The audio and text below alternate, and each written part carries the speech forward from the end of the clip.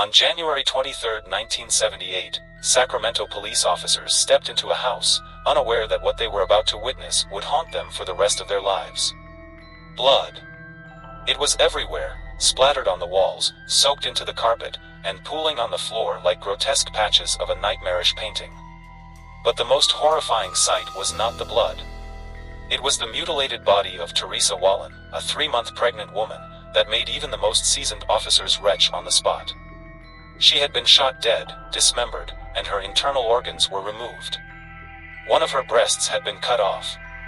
And all of this had been done to serve a monstrous craving for blood. The killer had left behind chilling evidence. But no one could have imagined the true horror of what they were dealing with. Just 4 days later, on January 27, 1978, Sacramento police received another urgent call. When they arrived, they were met with another bloodbath. Inside the small home of Evelyn Miroth, 38, 3 lifeless bodies lay in pools of blood.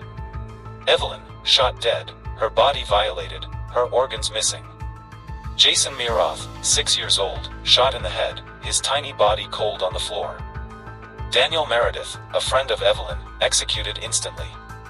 But the nightmare wasn't over. There was another child in the house. A 22-month-old baby, Michael Ferreira, was nowhere to be found. As officers searched the house, they uncovered evidence of a crime even more unspeakable. The killer had eaten parts of his victims. Police followed the trail of horror to a name that shocked them. Richard Trenton Chase, 1950 to 1980. Everyone knew Chase. A gaunt, wild-eyed man, wandering the streets in blood-stained clothing. People had seen him drink animal blood, but they had pitied him, not feared him. He had once stolen cow's blood, driving around in a truck filled with it, but no one had thought to call the police. They had shrugged him off as a lunatic. But now, he was no longer just a harmless madman. He was a monster. Police mobilized 65 detectives, launching a desperate citywide manhunt. Chase had to be stopped before he could kill again. His car was found near Evelyn's house. And not far from it was his apartment. When officers stormed in, Chase charged at them like a wild animal, clutching a box. Inside, they found blood-soaked rags. And in his pocket, the murder weapon.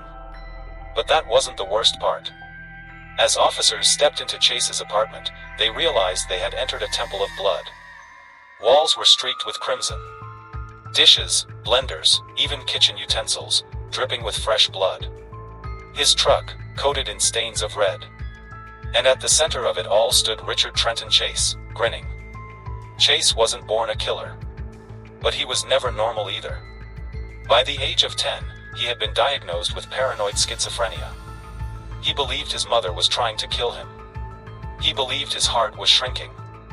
He believed his blood was turning into powder. As he grew older, he turned to drugs. And when his delusions took over completely, he sought to replenish his blood by killing animals and drinking their blood. Once, he had injected himself with rabbit's blood, almost dying from a severe infection.